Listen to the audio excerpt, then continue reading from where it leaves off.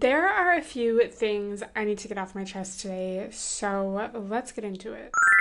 Don't forget to subscribe and follow for new episodes every Thursday. As a lot of you know, I have been a content creator since the olden days. Like, a lot of you have been here since the American Girl Tiffany days, the vegan days, like all throughout time. And it's been very interesting to see throughout the years how different platforms have changed. And interesting as in good and bad. You know, like, it's kind of cool in some ways to be able to reflect. Like, wow, this used to be so different. Like, wow, we've come so far. And then in other ways, it's like, bring me back to the old YouTube. Like 2014, 15, 16, 2008, 2009. You know, like, it's so much easier to get burnt out these days because of short form content. And I feel like algorithms definitely control everything a lot more now. I remember in 2016, maybe it was early 2017, honestly, but when YouTube changed their algorithm and they called it like the adpocalypse, and that's when a lot of things changed for a lot of people, myself included. Like, I feel like during then was when my channel kind of stopped growing. And it's not to blame it on that, because obviously, like, a lot of people have been very successful since then. But I feel like it just used to be a lot more fun, free, creative. And now the number one career that children say they want to be is a YouTuber. There's like layers to it, you know, it's like pretty concerning. But then on the other hand, it's like we live in a society that values wealth and getting to the top at all costs. And so that makes sense. Like, if you grow up watching all these people make millions and millions of dollars, like, of course you're going to want to do that too, because it seems like that's just the route that you take versus, you know, obviously people still want to be doctors and like lawyers and whatever, the classic, like, oh, this is the job you need to have in order to be considered successful. But now it's like content creator, YouTuber. Like, oh my God. It's been like 5 years since short form content has really taken over. I think 2020 is when I downloaded TikTok because of lockdown. And I think it was around then that TikTok became TikTok, like, from Musical.ly. Since then we've seen, you know, IG Reels, YouTube Shorts, etc. And I just feel like it's been so hard for me to adjust to posting short form. And there's this constant, like, pressure to be posting and, like, following algorithms, following trends. And I feel like both as a creator and like a consumer, like a viewer, at a certain point it gets old. It's like everyone kind of sounds the same. Everyone talks about the same things. Everyone's doing the same trends. And I don't want to, like, I don't feel this way all the time. Obviously there's people that I really like and I like their content and I enjoy watching their videos. But I feel like there is almost like a lack of diversity because everything is so algorithm centered, trend centered and all of that. And it takes a lot of the fun and creativity out of it for me. And I know people will say like, oh, well, just like post, like, and you'll see videos like, just post your drafts, just post, and then they flop. It's, I feel like, rare for me to just get into a flow. And then I feel like when I do like plan out my short form and like all this and that, I'm not rewarded for it. So it's just really frustrating and overwhelming. Like, it can be like, I get the most views when I do something so dumb or like a meme that everyone has already said, or like a trend that's like already been done. And so it's like, okay, you're only really going to be rewarded for that with like views or comments or like financially. So what's the point? And then I feel like it's just not healthy, again, for consumers, for viewers, and especially for children. Like, imagine having your attention span that fried that early in life.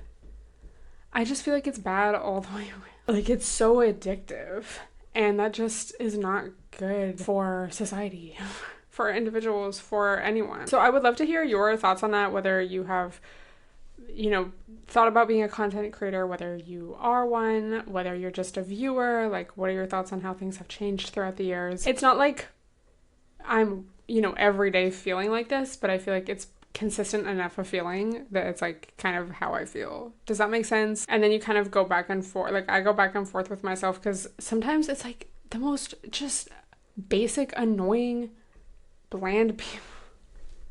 It's just that feeling like, why do they have it and not me? But then it's like, okay, but then what am I not doing? But then it's like constantly feeling like that. I don't want to have to like do the most shocking thing or like tell all of my business all the time to, you know, be able to just post my content and like do what I want to do. And sometimes it feels like that's what people do. So I don't know. It's like, is this for me? Like, so yeah, just some light LITE thoughts. I would love to hear your thoughts, no matter, you know, what perspective you're coming from. As far as things, you know, changing throughout the years and some things not. Okay, trigger warning, ED. But I saw this TikTok a few days ago. I think the text on the screen was just skinny talk. And this girl was like, if you're on skinny talk, and I think she's about to say like, this is how you get off, this is how you reset your algorithm. It was so unhealthy for me. Like, it was giving me just bad, you know, thoughts, like whatever. And she's like, this is how you can stay on skinny talk. And I was like, am I believing my ears right now? Because this girl was like thin, you know? And then all the comments are girls agreeing. Like, oh my God, yeah, like they really like what my butt, like there's so many things I didn't realize I was doing. Oh my God, yeah. So this just reminds me of like, there was a, it's like triggered. There was like a whole community like that on Tumblr, I think a little bit on Instagram because it was like the hashtags, but basically this like ED community where people would use specific hashtags and like just basically share tips on how they would start with themselves or like just limit their calories to like nothing. And it was like a community. And that is kind of what this video reminded me of. I'm not on skinny talk. Like, I get the, what's that girl? Like Fab Fit? I don't know. But she does lives and she will like yell at people to lose weight. I will get the funny compilation edits of her from her lives, but I'm just not, like, I will get fitness content, but I will not get like skinny talk. And we all know that the body type trends have changed throughout the past few years. You know, a lot of people losing weight, going on Ozempic, removing their butt implants, losing more weight, going on more Ozempic. And the really thin body type is becoming more in style versus, you know, the very voluptuous like BBL body, slim, thick, life of Pablo Kardashian era. You know, bottom line, it's really sick that women's bodies are like trends and how much that influences, you know, women and especially young women and girls. You know, your brain is just so fragile. It's like undeveloped.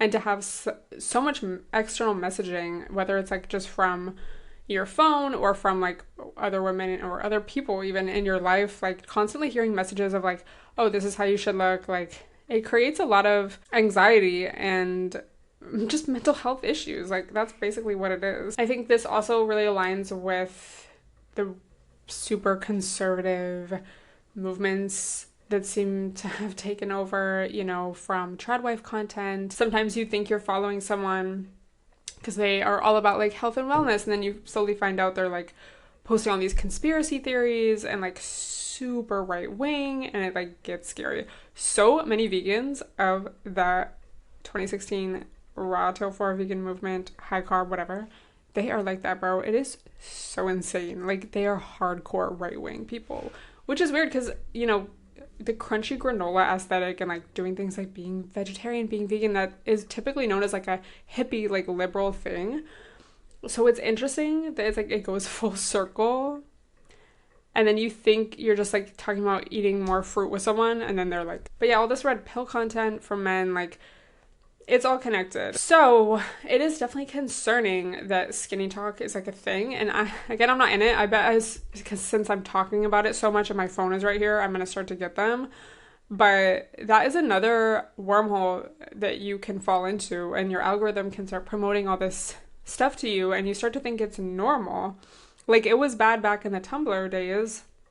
I can't even imagine what it would be like now, you know, where your phone literally is listening to you and like gives you what you're talking about, gives you what you're engaging with. So if you start to get any sort of content like that, where it's like even the slightest red flag, definitely press not interested.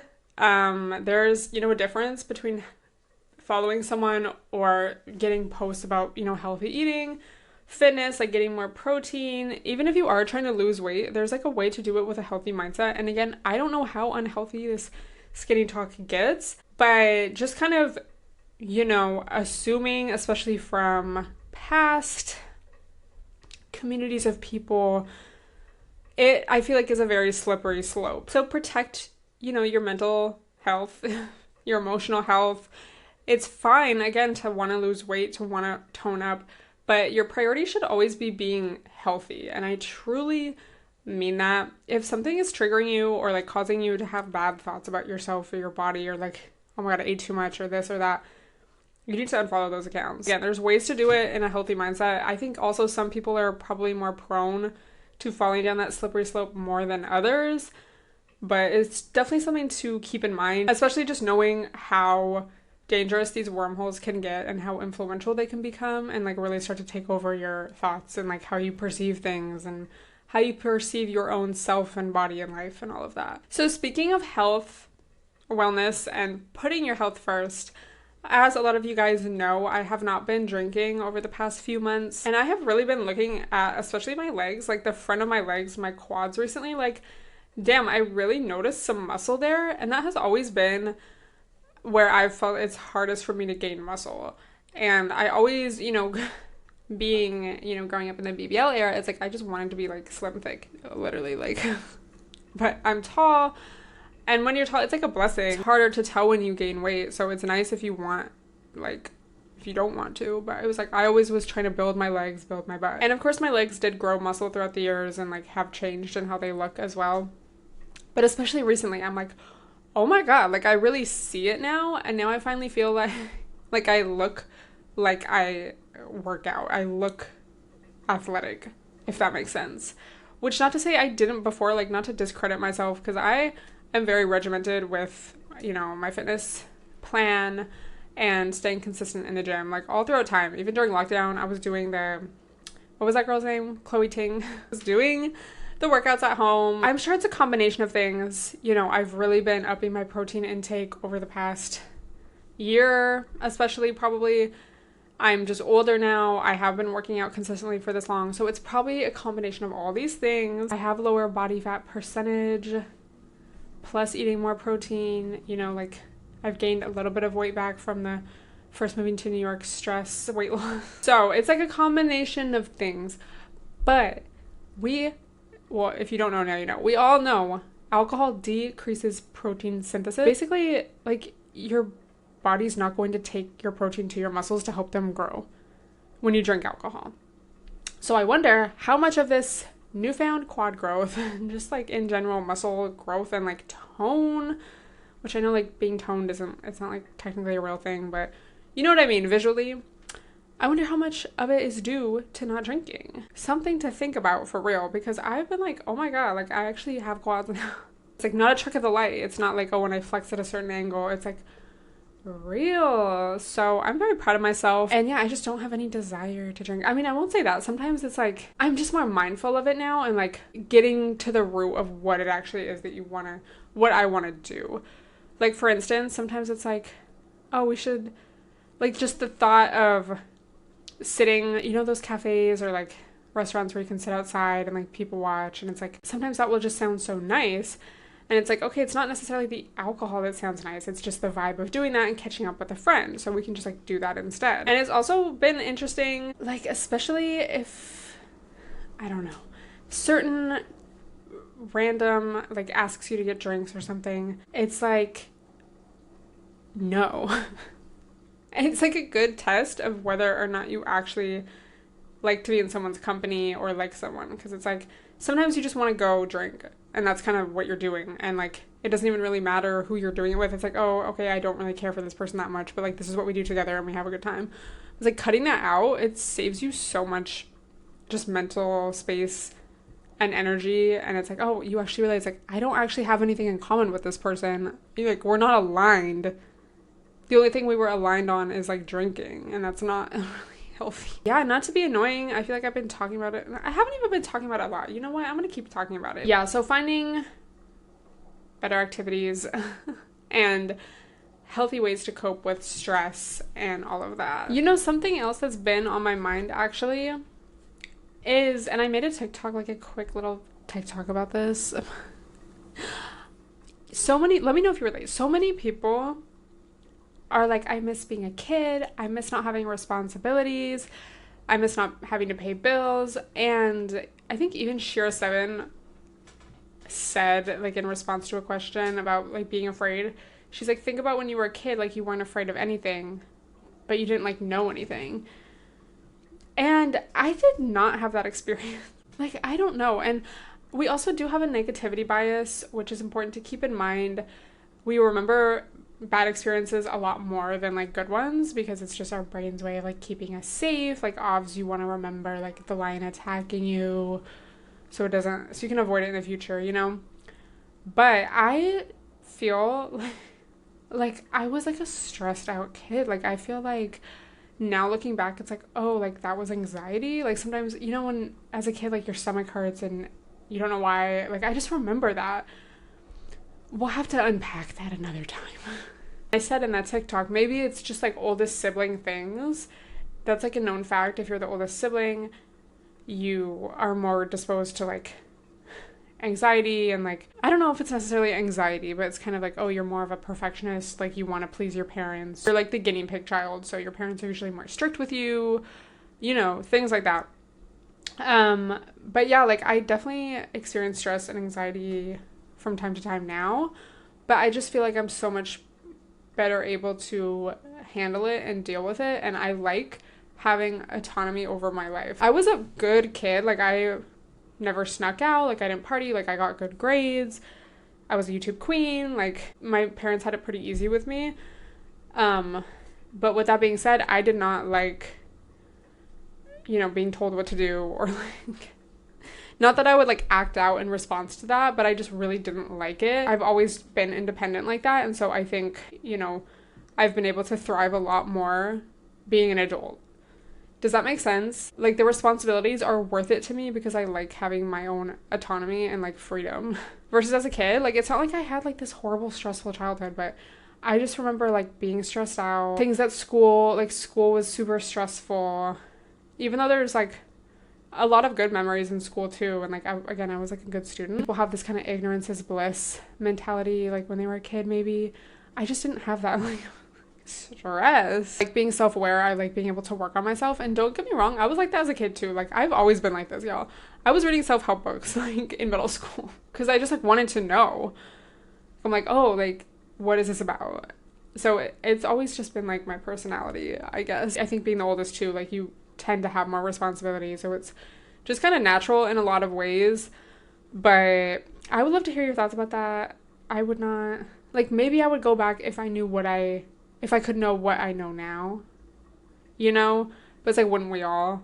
But yeah, I think when you work on yourself and when you're able to, like, problem solve and be willing to, like, get to the bottom of things, I don't want to say life is easier, but it's more rewarding because you're like, yeah, I invested into myself. Like, I learned myself. I honestly, ever since I read this, I relate to this so much. I think it was a Kendrick Lamar interview, like, over this past year, you know, when the beef was, like, heightened, all of that. And I forget what publication this was on, but they asked him, like, what do you wish you had more of? Or, like, what's a resource that you would want? It was something like that, but he said information. And, like, I literally feel that, like, literally same. I just want to know, you know.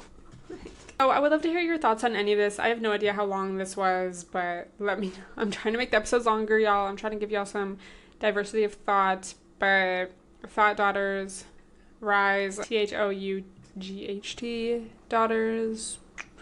Thank you guys so much for listening and watching, and I will talk to you next week. Bye, everyone.